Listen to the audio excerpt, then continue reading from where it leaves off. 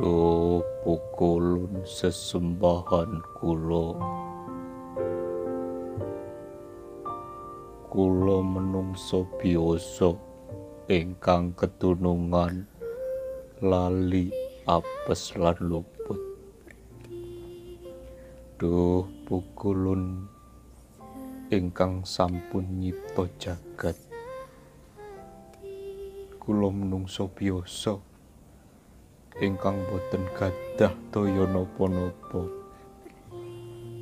Duh pukulun kados mekaten donya niki ketaman pagebluk,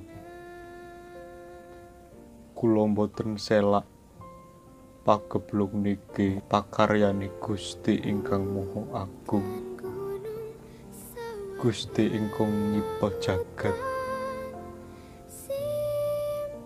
Kula boten selak, kula mangertosi kados mekaten pukulun. Duh pukulun junjungan kula,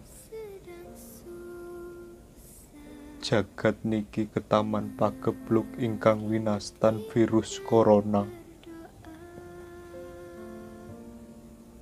Kula boten ajeng memungsuhi dumateng ciptaan pukulun.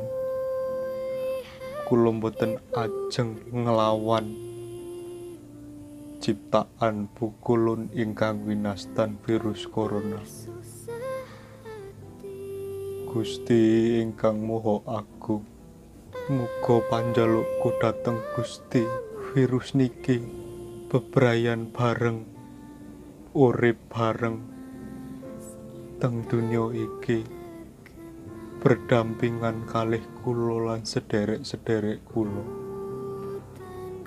Muga Gusti ngabulaken apa dadi panjalukku Gusti ingkang Maha Agung. Kula nyuwun sanget, kula boten saged nglawan, kula boten saged nglangkungi dhateng penguasamu Gusti.